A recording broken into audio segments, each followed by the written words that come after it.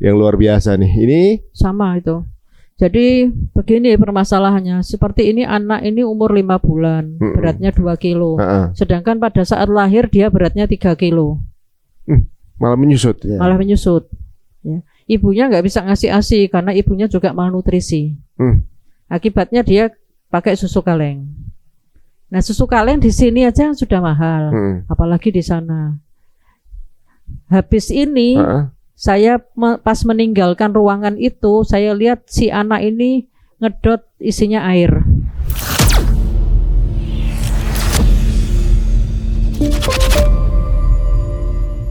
%66 warga Israel itu alergi terhadap olive pollen katanya. Maksudnya saripati zaitun. Kalau zaitun itu tanaman asli situ gitu. Berarti dia bukan orang situ. Ya itu betul. Itu pendatang. Waduh, kalau kita akan lihat foto-foto ya di sini nih. Ini ibu lagi operasi sesar. Ini sesar. Ya. Oh, ini berapa anak bu yang udah ditolong bu? Jumlah operasi yang saya kerjakan sekitar 6-an. 6 dalam waktu sebulan tuh ya. Karena nggak cuma operasi kan, kadang lahiran normal. Ya. Ruangannya beda-beda. Kadang saya mendidik dokter muda. Untuk bisa ngelahirkan. Diskusi, ya mereka banyak nanya. Jadi dokter muda, pendidikan masih berjalan. Oh masih. Masih mahasiswa kedokteran yang sudah mau lulus itu kan sebutannya koas atau dokter muda. Nah mereka kan ikut ngelihat. Nah itu mereka nanya, dokter tolong jelaskan ini, jelaskan itu, bagaimana cara menjahit yang ini. Ya udah saya jelaskan. Mereka langsung praktek di lapangan berarti ya? Iya. Dengan kondisi kayak gini langsung praktek. Artinya masih semangat gitu masih Mas semangat, Ari. Ya. Ini kalau ini kenapa nih? Itu anak yang malnutrisi. Nih. Dia Udah umurnya mulai. 5 tahun, beratnya 9 kilo dan ada penyakit sampingan yaitu cystic fibrosis. Itu begitu. Jadi itu memperberat malnutrisinya dan malnutrisi memperberat penyakitnya. Jadi saling memberatkan.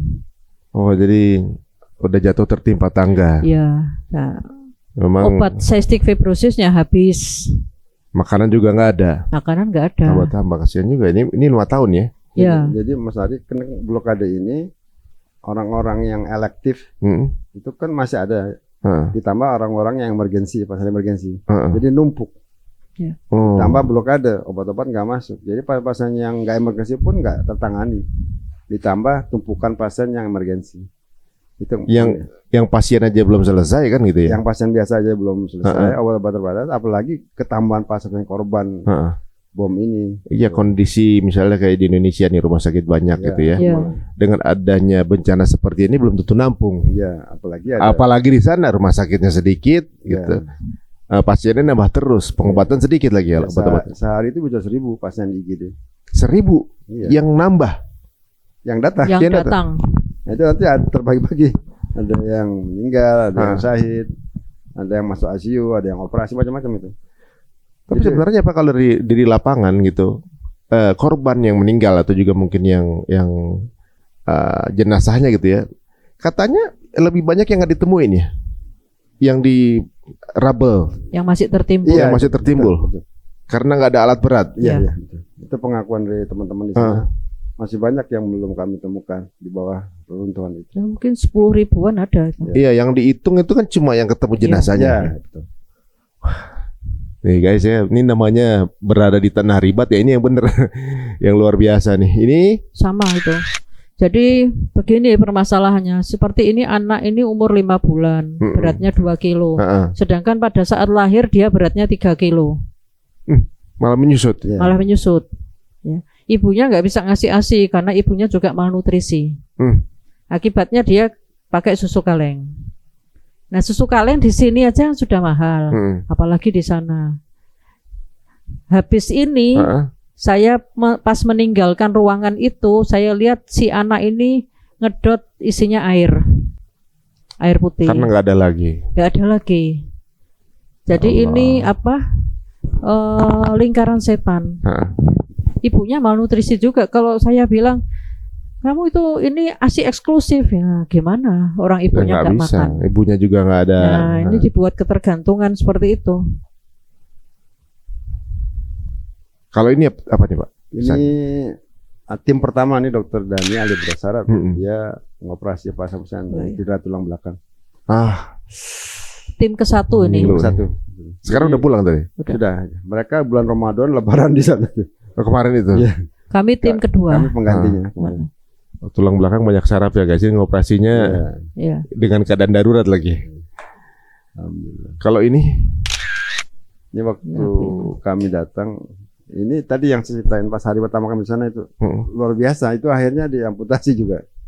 Jadi cedera, ya mungkin kurikulum kedokteran kita mesti ada modifikasi ya. Kurikulum kedokteran pasca bom itu beda kan. Jadi lukanya itu kecil ya, mungkin kurang dari 1 cm, 2 cm kayak. Tapi tulangnya remuknya luar biasa.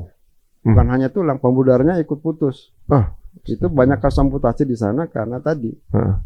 Jadi lubangnya kecil, hanya luka masuknya hanya 1 cm, tapi dalamnya itu rusak, remuk gitu. Pembuluh darahnya putus, tulangnya hancur total. Jadi emang beda ya. Kita kan bayangkan kalau di Jakarta itu lukanya 5 cm, 10 cm. Baru rusak sekali, itu enggak. Jadi luka masuknya 1 cm aja. Tapi dalamnya kerusakannya. Ya, kerusakannya dahsyat. Diamputasi berarti. Kalau enggak balik amputasi. Banyak konsultasi karena darahnya rusak. Nah, ngelihat keadaan seperti ini, Pak. Berarti ngelihat jenazah udah sering dong, Bapak Ibu? Ya kami takziah. Kalau kami takziah ke sana, maka alhamdulillah. Ada waktu itu kerabat dari perawat rumah sakit yang sahid. Karena kamar jenazah memang agak jauh, tapi kami bisa memantau dari asrama karena asramanya itu lantai 4. Jadi bisa ngelihat rame itu. Jadi kalau ditanya ya alhamdulillah, nggak pernah bilang yang lain. Alhamdulillah. Sahid ya alhamdulillah.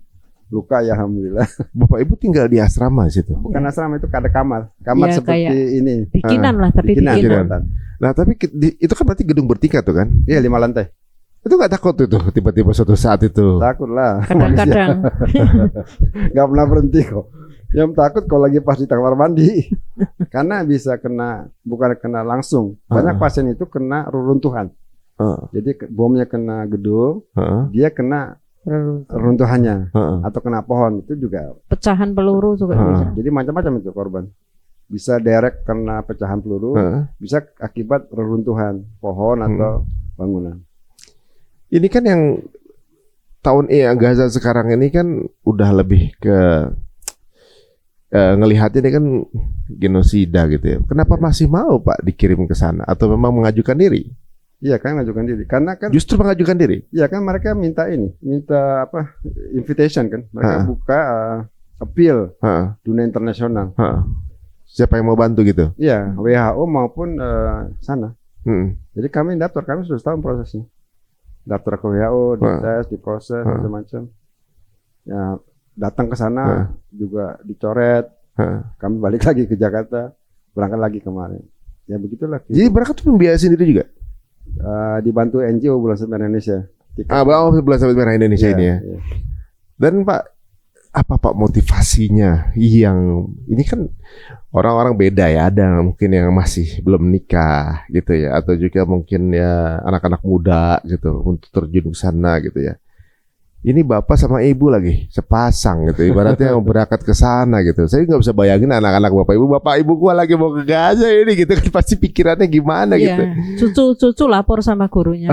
Yang aku lagi nolong orang di Gaza. Masya Allah, bangga dong mereka tuh. Ya. Itu gimana? Apa anak-anak gimana ngomong gimana waktu mau berangkat gitu? Sempat nggak ada anak atau cucu yang ngomong? Anak-anak pertama bilang nggak ada yang muda apa gitu. Nggak ada yang muda. Kan maksudnya kan ini kan sudah berumur. Saya udah 64, beliau 60. 61. Sudah berumur kan. Nggak ada yang lain gitu yang muda gitu sudah. Ya. Cuma ya kami merasa kami itu harus tahu dulu sebelum nanti melepas tim-tim yang lain. Gitu supaya bisa memberikan semangat, memberikan support, menenangkan kalau mereka begini begitu ya. Itu begitu. Terus sempat ada ini apa namanya, anak-anak sempat mencegah atau gimana? Ya enggak sih. Atau khawatir? Tapi ada satu anggota yang sempat dicegah oleh ibunya. Itu gitu. Satu dokter spesialis. Nah, kemarin pada saat menjemput, si ibu itu ikut menjemput. Ya Allah, alhamdulillah gitu. Si anaknya itu bilang, teman sejawat kami itu bilang, nggak apa-apa Bu, ikut WHO ini gitu. Padahal besoknya ada berita WHO di bom. Kami kan udah tanda tangan pernyataan. Ya. Kalau ada apa-apa, in case ada itu, kami nggak menuntut. Nggak menuntut ya. Iya. Jadi sudah dikasih gambaran, dan itu pasal demi pasal itu harus ditandatangan masing-masing. Tanda tangannya nggak di satu, tapi nggak satu setiap semua. pasal. Berapa orang dari Indonesia barengan sama Bapak Ibu? Kami berlima, yang sebelumnya 2 orang.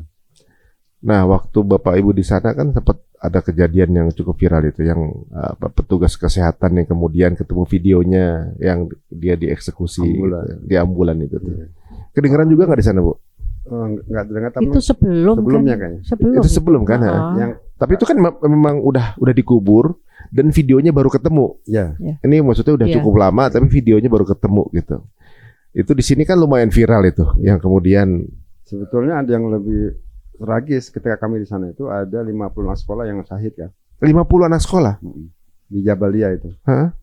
Jadi entah kok nggak rame di Indonesia beritanya. Karena nggak ada rekaman videonya kali.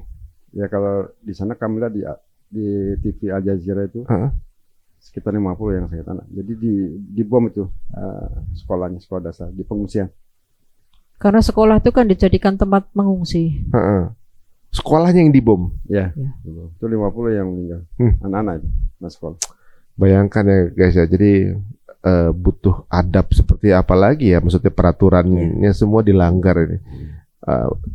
Tenaga media, informasi gitu ya, wartawan, anak-anak, tenaga medis itu semua jadi sasaran gitu. Jadi HP itu menjadi alat yang penting bagi mereka. Karena dengan HP inilah mereka bisa mengabarkan, tapi juga bisa mendapatkan berita. Ada satu bom yang paling keras tuh yang dekat itu. Saya tuh dredeg debar-debarnya itu sampai setengah jam nggak hilang kan. Terus saya bilang, ada petugas yang bantu kami cuci piring kayak gitu. Itu keras sekali itu. Iya itu di situ tuh yang meninggal 3, 2 laki 1 perempuan. Ya Allah, saya sampai masih terasa nih gitu. Jadi yang meninggal 3, saya bilang tuh. Iya, tapi kan mereka syahid masuk surga. Ya, dan dia ngomong itu sambil cuci piring. Jadi bukan kalau kita udah ketakutan itu ya. Ya. Gitu. Mereka udah jadi terbiasa gitu dengan itu. Tinggal tunggu giliran maksudnya berarti. Misalnya pun kejadian ke saya ya udah qadarullah gitu. Ya, mereka siap. Siapa tuh yang bilang if I still alive, nanti kita ketemu lagi ya, if I am still alive tuh. Oh iya. Teman sejawat juga tuh. Dokter sana kalau ngomong kan begitu. Sampai jumpa kalau saya masih hidup kan gitu. Iya. Wah, kau udah siap. Ini omongannya udah omong-omongan akhirat begitu ya. Nah, bagaimana nih Bapak Ibu cara menjaga ketenangan emosional? Lagi di sana kan banyak hal yang Bapak Ibu saksikan ini di luar kewajaran kehidupan normal gitu kan.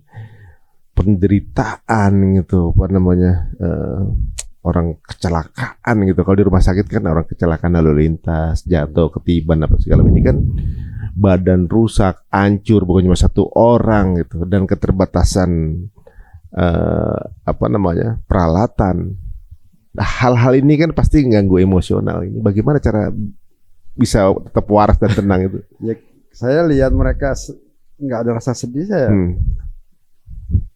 Akhirnya gak ikut. Ya ikut semangat juga gitu. Mereka nggak ada rasa sedihnya, mereka semangat.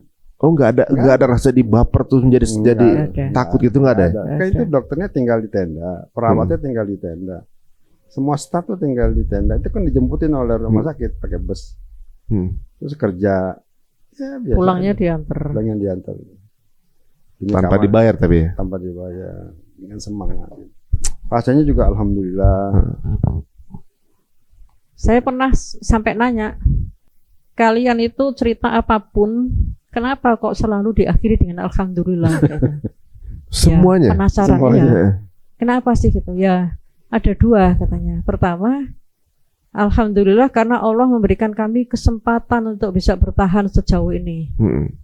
Kedua, alhamdulillah karena kami diuji dengan kejadian kayak gini di mana kalau kami syahid masuk surga. Merasa malah mereka merasa diuntungkan malah ya. Iya. Ya, meskipun sebetulnya secara manusiawi juga nggak nyaman ya hidupnya. Tapi larinya ke arah situ. Oh, ambil positif ininya ya. Buat positif kalau side. dibilang enak ya nggak enak kan. Nggak enak. Iya, panas. Ada perawat juga yang bilang, ya saya daripada seharian di tenda yang lebih baik saya kerja. Jadi ada teman saya itu dokter ahli kulit ya. Jadi dia nemuin saya gitu ngobrol malam-malam gitu. Sama dengan kita manusia yang wajar ya. Ini anak saya, fotonya, cerita, ini rumah saya yang bagus. Sekarang kemana anak? Udah syahid gitu. Ya biasa aja. Rumah saya udah rata. Klinik saya yang hebat itu kosmetik udah rata. Terus saya tanya, apa yang bisa saya bantu buat Anda? Oh enggak. Kami enggak butuh. Kemarin ponakan saya syahid juga. Ya alhamdulillah kami dipilih Allah untuk mengalami ujian ini gitu. Wah, Masya Allah. Sepertinya ya sudah standar ya. Tapi kalau nggak gitu, bagaimana mereka bertahan? Iya, benar juga ya. Jadi ada perasaan yang sudah dicukupkan gitu ya. Nggak apa-apa gitu. Kalau orang yang mungkin di kehidupan wajar kehilangan satu aja bisa baper bertahun-tahun kan gitu kan. Kemudian nggak mau hidup, nggak mau makan gitu segala macam kan. Dan Mereka hampir setiap staf di sana pasti ada keluarganya yang syahid atau yang cedera atau yang rumah semua begitu. Semua ya. Iya. Hampir semua orang Palestina yang saya temuin pasti ada keluarga yang meninggal.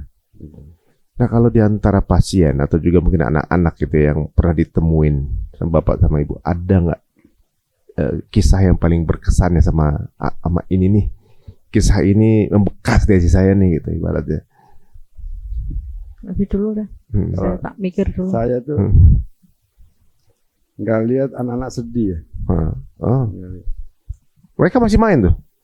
Iya, dia kan hancur nih. Ini itu tadi yang saya katakan. Lukanya mungkin nggak ada luka kayaknya. Iya. Di sini tuh. Tapi ketika di X-ray dia punya CT scan kan, itu hancur. Bulan kita bawa juga tim yang ahli bedah mulut kan, operasi. Ketika dia operasi kita pada saat itu hancur semua tulang. Tapi anak itu senyum-senyum aja. Itu saya anak kecil aja senyum apalagi kita kan. Dia membuat saya lebih semangat. Insya Allah. Jadi nggak pernah kalau kita di rumah sakit kita kan orang pada banyak keluar gitu ya. Gitu. Kalau mereka ya biasa aja. Ya di sini pelayanan kurang dikit komplain kan gitu. Ya mereka sudah tahu lah kondisinya sulit. Dokter juga under pressure. Semua serba terbatas. Mereka ya memang saya banyak belajar. Belajar apa ya, kesabaran mereka, keteguhannya, nggak menyalahkan siapa-siapa. Mungkin saya pribadi mungkin nyalakan keadaan, nyalakan Tuhan, atau nyalakan kelompok gitu. Itu di sana nggak ada. Nggak ada ya. Bersih gitu. Kalau ibu apa bu? Ada pengalaman apa dengan siapa gitu? Kalau saya lebih terkesan kepada kedekatan mereka dengan Al-Quran. Karena baik dari kalangan dokter spesialis, dokter umum maupun mahasiswa maupun perawat, itu selalu saya jumpai yang hafal Al-Quran. Begitu, selalu ada gitu? Selalu ada. Banyak. Satu yang terkesan itu ketika saya sedang sepi pasien, sedang sendirian, lalu saya membaca Al-Quran, tiba-tiba didatangi oleh seorang dokter kandungan juga yang sudah tua, laki-laki gitu. Karena saya, ini kan meja saya nunduk begini, saya nggak kenal, baru tahu. Dia nanya, ya, you can read Al-Quran, ya. Tapi saya tuh buru-buru menjawab karena keheranan mereka terhadap orang Indonesia itu adalah kita itu bisa baca Al-Quran, tapi kok nggak bisa bahasa Arab, gitu kan? Oh iya. Ya, kan aneh kan? Dipikir mereka ya paham lah gitu ya. Iya. Orang yang dibaca bahasa Arab, kok nggak bisa ngomong Arab. Jadi sebelum beliau menanya, saya ngomong duluan, tapi saya nggak bisa bahasa Arab ya gitu. Ya sudah lanjutkan gitu. Terus saya ngelanjutin baca. Nah, setiap selesai satu ayat tuh dia bilang good. Satu ayat lagi good gitu. Tadinya saya nggak ngeh gitu. Tapi saya amati orang ini kok ngomong good terus gitu. Sampai pada hampir terakhir tuh saya ada kesalahan, tapi itu kesalahan sedikit ya.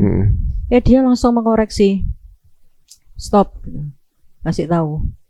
Terus saya kan penasaran, kalau orang bisa mengoreksi berarti kan dia hafal kan. Anda tadi yang mengoreksi saya berarti Anda hafiz ya. Iya katanya gitu. Tuh yang dari dokter spesialis. Terus ada lagi yang dari dokter umum tapi belajar anestesi. Dia 7 bersaudara, semua hafiz. Dia anak keempat. Dari 7 itu yang 4 dokter. Dari 7 itu 1 syahid dan 1 di penjara. Tapi semua hafal Al-Quran. Insyaallah. Dokter muda yang hafal Al-Quran juga ada, dan bahkan ada yang sempat kami saling ini, ayo saya koreksi bacaanmu gitu. Tapi saya juga nggak mau, gantian dong. Jadi gitu ya, untuk stress release ya. Ternyata Quran itu cemilan bagi mereka ya, hal yang biasa sehari-hari. Makanya sekarang di sini yang sehari nggak nyala Quran tuh ya ini advice ke pribadi juga sih sebenarnya. Mereka yang dalam keadaan tertekan begitu aja dekat sama Quran gitu. Kita yang punya banyak waktu, punya banyak fasilitas, kenapa enggak? Nah, ini kan kalau kita lihat bagaimana yang disaksikan oleh Bapak sama Ibu di Gaza ini bukan sebuah hal yang seperti halnya kewajaran yang bisa di kehidupan sehari-hari. Ada pandangan yang berbeda enggak? Ibaratnya untuk memandang kehidupan sekarang. Ya, waktu saya di sana tuh saya merasa dekat ya. Kalau saya berdoa itu seperti nggak ada hijab ya. Beda kalau saya berdoa di Indonesia itu kan pikirannya kemana-mana gitu. Kalau di sana kayaknya mungkin ya karena situasi. Ini kan pasrah kan. Bom setiap hari, setiap jam, setiap waktu. Ya udah kita pasrah aja. Insyaallah. Jadi kalau dapat kejadian cobaan di Indonesia gitu kayak belum apa-apa gitu ya. Iya, karena saya tuh dari kamar mandi nih. Itu paling takut kalau di kamar mandi saya itu. Kan itu nggak ada waktunya gitu. Setiap saat dia bisa ada explosion gitu. Oh, bisa aja, mungkin aja di mana aja, momen apa aja. Dan itu terjadi. Saya lagi di kamar mandi jeger gitu. Oh, alhamdulillah. Berarti memang sebuah syukur yang luar biasa juga bisa kembali dengan sehat walafiat ya Pak ya. Ya, alhamdulillah udah ada takdirnya. Masya Allah. Misalnya di antara kan berangkat 5 orang gitu ya, atau juga mungkin kontingen Indonesia sebelumnya gitu misalnya dari grup mana aja gitu. Pernah nggak sih ada orang Indonesia yang akhirnya jadi korban di salah satu selama ini sejauh ini? Mungkin dari grup lain ya? Yang TNI. Mungkin dari grup lain mungkin. Kalau kami justru kami kan pernah nyamulakan orang dokter Gaza ke Indonesia. Itu udah balik sampai sana dia syahid. Dokter ahli anestesi, dokter Muin namanya. Dulu dia dokter umum, kami bawa ke Jakarta. Terus lulus spesialis anestesi. Lalu balik kerja di rumah sakit Kamal Outwan. Terus ketika dia pulang nengok ayahnya, rumahnya dibom. Syahid sekitar 7 orang. Beliau tuh orang sana tuh? Orang Gaza, tapi kami sekolahkan di Indonesia. Kami kasih beasiswa BSMI untuk ambil spesialis. Gitu. Malah beliau syahid. Ya. Dan ada lagi dokter umum, kami sekolahkan, balik ke sana, syahid. Dan memang ditembaknya itu selalu di rumah, dibomnya di rumah. Nunggu mereka pulang atau gimana? Nunggu pulang. Jadi mereka kan nggak mau pengacara internasional. Jadi rumah sakitnya nggak dibom. Tapi personelnya satu-satu. Ya, pas pulang, neng orang tua itu dibom. Masalahnya yang dokter umum tadi, ayahnya dokter, keluarga dokter, ya istrinya dokter, dokter. Jadi banyak dokter. Jadi sebetulnya target ya. Faktanya memang demikian. Jadi dokter itu banyak yang syahid, dosen banyak yang syahid, rumah sakit rusak, kampus rusak gitu. Wartawan juga banyak yang syahid. Ya, jadi berarti kan kehidupan tidak layak. Apakah ini maksudnya supaya mereka keluar atau bagaimana gitu? Tapi kalau ditanya mereka tetap bertahan.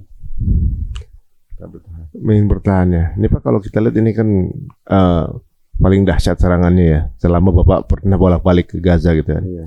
Ini udah sampai ke Indonesia alhamdulillah gitu. Tapi ini sudah nggak balik lagi ke sana. Apa tetap mau kalau ditugaskan lagi ke sana? Kalau ada kesempatan, Iya, insya Allah. Tetap mau ke sana lagi. Terus apa tanggapan anak-anak nih? Bapak ibu saya ini bolak-balik ke sana aja. Pernah ada yang ngomong gimana gitu? Apa malah bangga mereka? Ya, mereka sebetulnya dalam hati ya ini. Mereka juga sudah mulai ini, kalau yang dokter-dokter sudah mulai, misalnya ada bencana di Indonesia tapi di luar pulau, berangkatlah kalian tuh, biar tahu. Gitu. Berangkat mereka, kadang seminggu, 2 minggu gitu. Di bencana-bencana yang nasional. Anak-anak ibu? Iya, yang dokter. Oh di keluarga ibu Bapak anaknya juga ada yang dokter? Ada. Ya.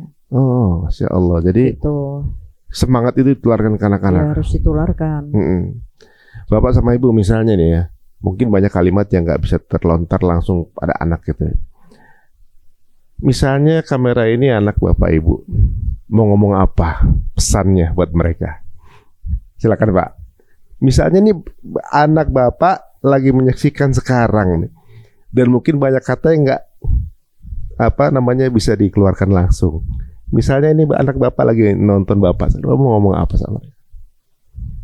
Ya saya titip agar anak-anak saya tetap dekat sama Allah, minimal sholatnya terjaga, baca Qurannya terjaga, berbuat baik pada siapapun.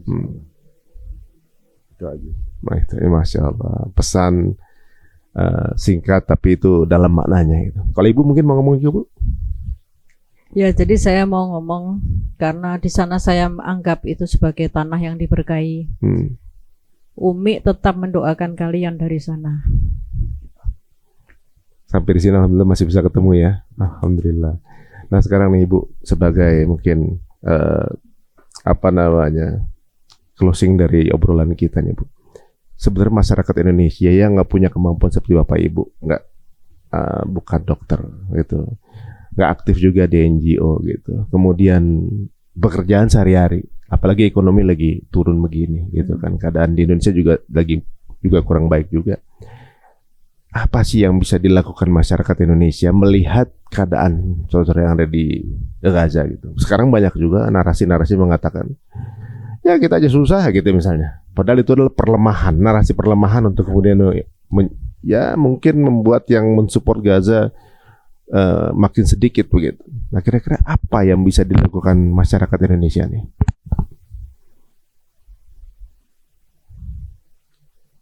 Ya kita tetap tidak suka akan kejadian itu, karena kalau itu terjadi di sana, itu mungkin terjadi juga di kita.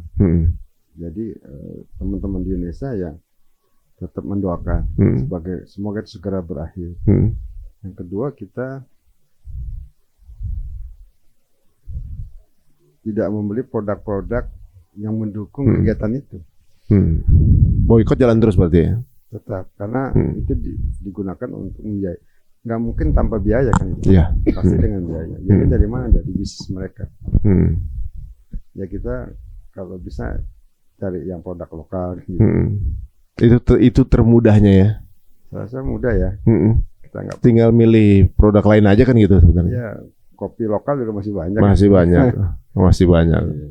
Kopi lokal, ayam lokal masih banyak semua. Nah kalau BSMI sendiri udah berapa tahun nih Pak? Kami 2002 mulai berdiri. 2002. Apa aja berarti program jadi yang ini rompi yang saya pakai ini waktu saya ke Irak, ke Baghdad.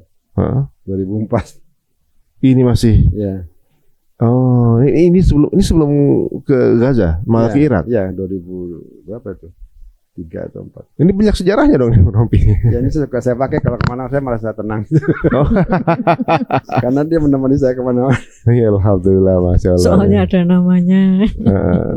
Jadi ketahuan ini siapa. Udah lama ini. Jadi suatu saat itu akan jadi sejarah gitu ya untuk anak-anak. Ini ada baju kerjanya bapak ibu gitu ya. Iya. Masya Allah. Bayangkan kadang saya tuh ya mohon maaf ya saya udah udah umur ya, udah umur, udah senior. Mohon maaf nih, saya juga profesor ya.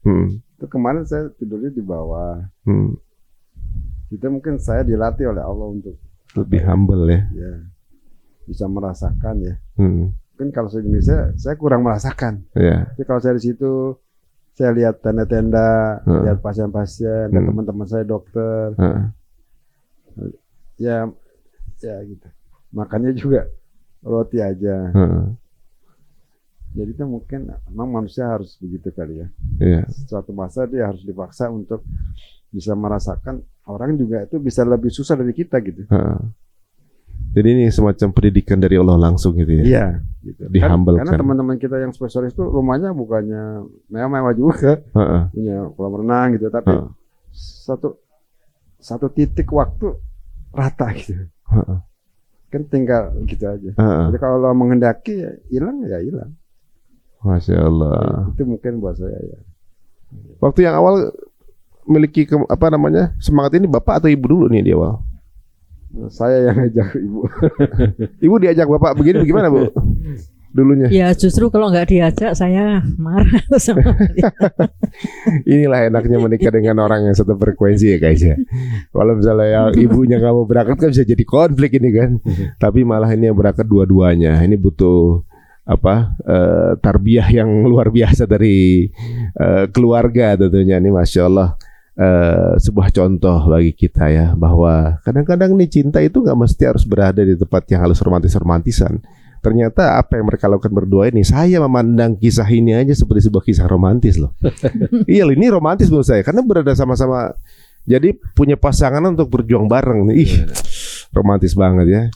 Nah ini kan kemarin ada sambutan nih, support waktu balik nih, support dari DPR atau pemerintah. Support apa yang diberikan?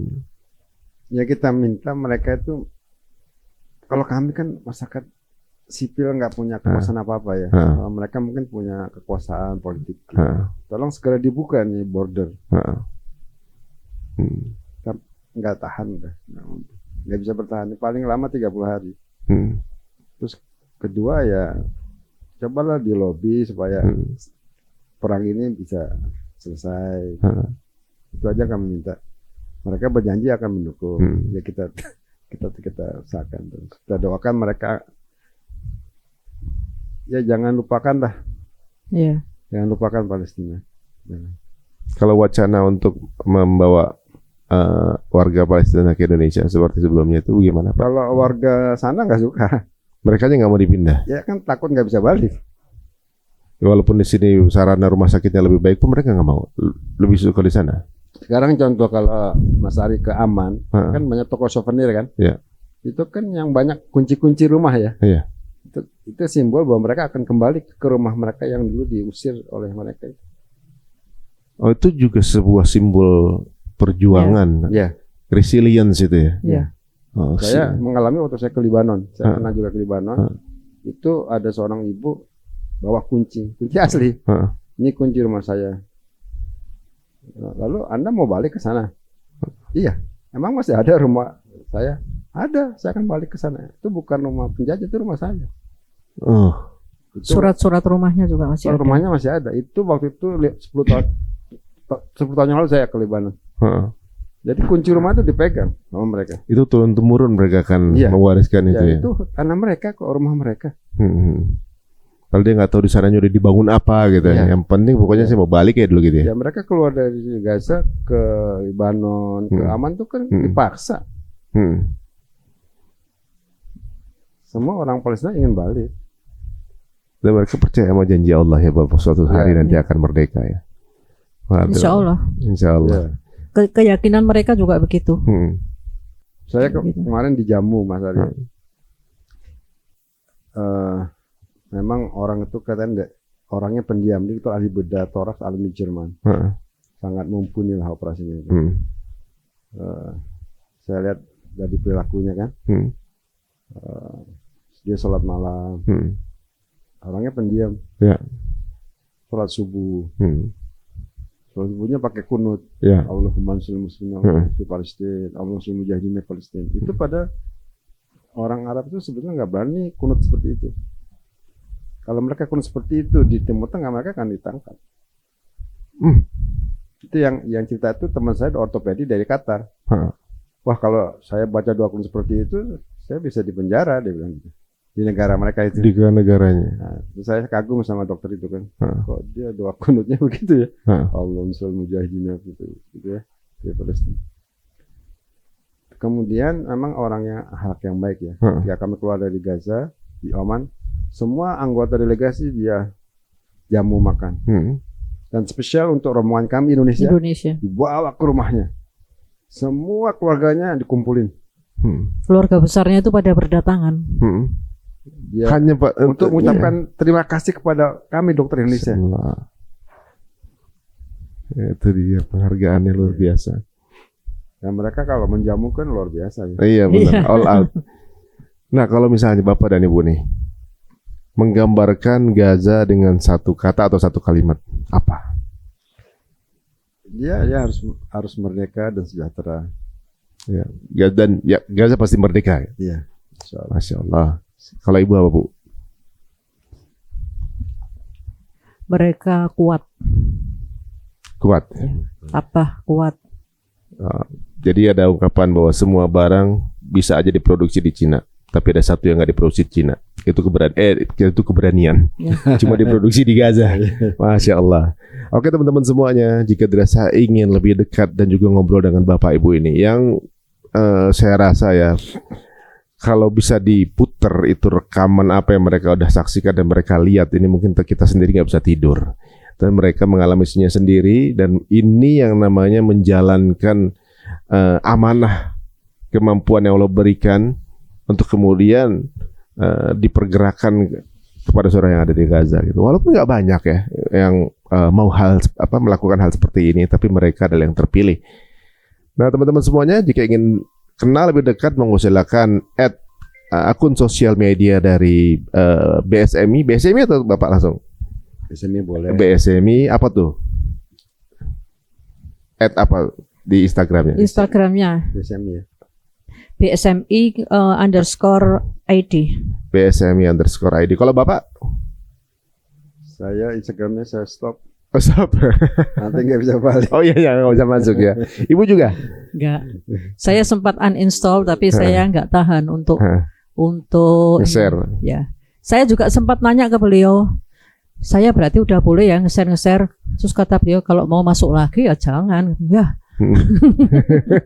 Katanya mau masuk lagi. Ya terpaksa. Jadi kalau Instagramnya BSMI itu BSMI _ID.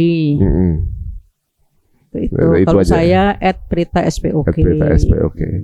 Ya baiklah teman-teman semuanya, jika ketemu nanti Bapak Basuki atau Dokter Prita di sini di satu momen, monggo silakan ngobrol sama mereka berdua ini untuk menuturkan kisah-kisah langsung ya, pandangan mata di lokasi. Ya, ini tanpa ngomongin politik, di sini kita bisa merasakan bagaimana sepertinya cobaan yang dirasakan saudara kita yang ada di Gaza ini bukan cobaan-cobaan yang kelas-kelas rendah ya. Ini cobaan yang paling besar, cobaan yang pernah terjadi oleh umat manusia. Terima kasih nih Bapak, Ibu untuk kemudian doakan kami juga untuk bisa tetap menyiarkan juga berita-berita seperti ini, dan ini bukan hal yang mudah untuk kami dengar terus, dan juga bukan hal yang mudah buat teman-teman semuanya melihat bagaimana saudara kita yang ada di Gaza ini belum juga berhenti, tapi kita semua optimis insyaallah kemerdekaan akan datang sebentar lagi insyaallah. Ya teman-teman semua, jika ada menarik monggo silahkan share tayangan ini sebanyak-banyaknya. Semoga bermanfaat. Kita tuh assalamualaikum warahmatullahi wabarakatuh. Waalaikumsalam warahmatullahi wabarakatuh.